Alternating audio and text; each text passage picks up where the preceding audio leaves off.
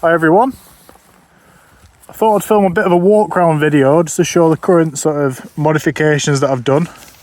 I get a lot of people asking me sort of what tyres, what suspension work have I done, so I thought I'd just film a little video that might be interesting. Again, it might not be, but we'll see. So I'll start with the wheels. So I've actually gone for a set of SM Pro wheels which have tubeless fitted, which is designed for enduro bikes, but I did have the system lying around from when I used to have it in my enduro bike, so I thought I'd give it a go. It seems to be working quite well. So yeah, I've got that in the front, and then I've also got, I don't know if you can see it from this angle, but I've got the Anless Capra X Rally, which I've just noticed I've fit the wrong way around. Oh well. So yeah, that's on the front.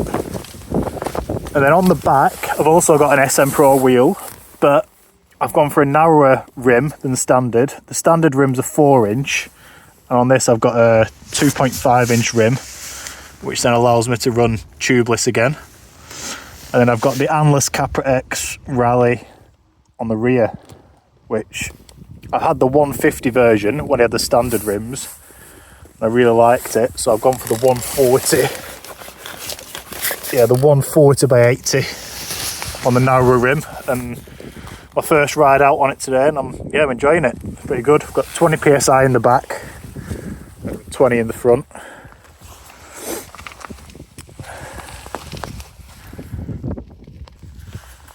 So yeah, that's the wheels and tyres, and then onto suspension. So I use Ace suspension. He's over sort of Burnley way, and he's done all my bikes now. And on this, I think this is the first Tenere that he'd done. I asked him initially about the K-Tech sort of OIVS system, but it was quite expensive. It was over £1,000.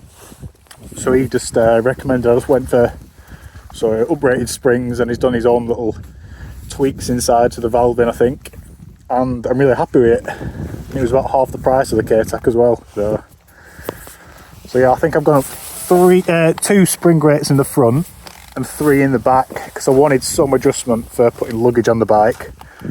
So yeah, he's gone up 3 on the back, 2 on the front. And then other modifications, so I've got the Tech plastics, which I've had on since I got the bike. So the original plastics have never been ridden off-road, which is perfect really. But I really like these because they're sort of flexible, whereas like the normal plastics are really brittle road bike plastics. I've got the Ace Abyss sort of engine case guards. I've got that on both sides. I've got the Ace Abyss plastic bash plate, which is looking a bit battered, to be honest. Now, when I bought this bike, it's a 2019 bike, but it only had 1 mile on it when I bought it. And the guy that I bought it off owns T7rally.com, and he'd used this bike for sort of templating and sort of making up parts. So it's got quite a few bits that he sort of designs and makes. So the first one being, it's got the lower, really wide rally foot pegs. I think they're down 40mm from standard. And me being quite tall, I'm sort of 6'4", they work perfectly for me. It's also got this sort of exhaust swing arm protector, which just stops the exhaust rubbing on the swing arm if you crash, which is quite a common issue on the T7. So yeah, you can see there where it's been rubbing at one point, and I've had to bend that bracket out. What else has it got that he put on? It's also got his tail tidy that he designs, which is really sturdy. It's sort of metal underneath. I've got an original plastic plate on there, and it's never come off yet. I've got the rally seat, which I really like. I find it really comfortable, and again, it gives me a bit more sort of leg room in the cockpit for when I'm on the right road sections.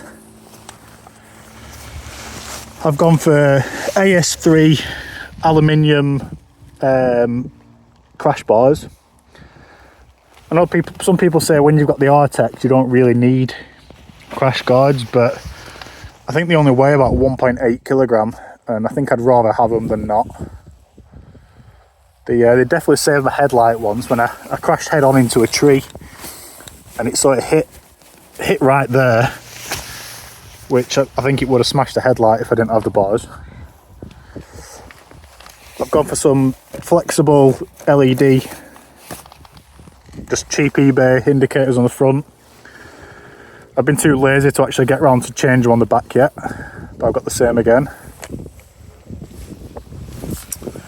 What else? You can't really see them behind my big muffs, but I've got Zeta Handguards. They do a kit specifically for the T7, but I think if I was to buy handguards again, I'd probably go for bark busters, because they do seem to have bent really easy on the Zetas. We've got Camel ADV fork guards, just because I snapped the OEM ones and these were cheaper than OEM and they're more flexible.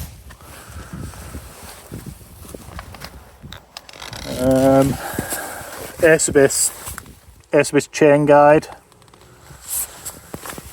Got the Krieger rear footrest delete for when I'm running luggage. I've deleted the side stand switch, which is just a little dongle plugged in up there. I think it was like £3 off eBay. This is my terrible vinyl wrapping job. My tank's white underneath. Obviously with this bit being black, it looked a bit odd. So I bought some vinyl wrap, but I think I need to replace that soon. I think that's about it really. For navigation, I'm just running Garmin Montana 610 with a nice CNC Garmin bracket. Cheap AliExpress headlight protector. Definitely worth buying one of those again, just because a new headlight's really expensive for this bike.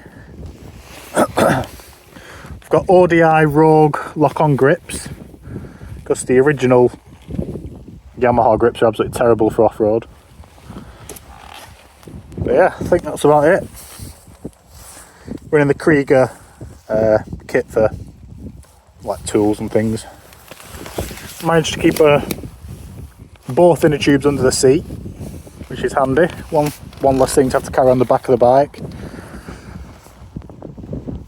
But yeah, absolutely love this bike. It's every time I ride it I say the same thing, that I love the bike, and it's because it really do.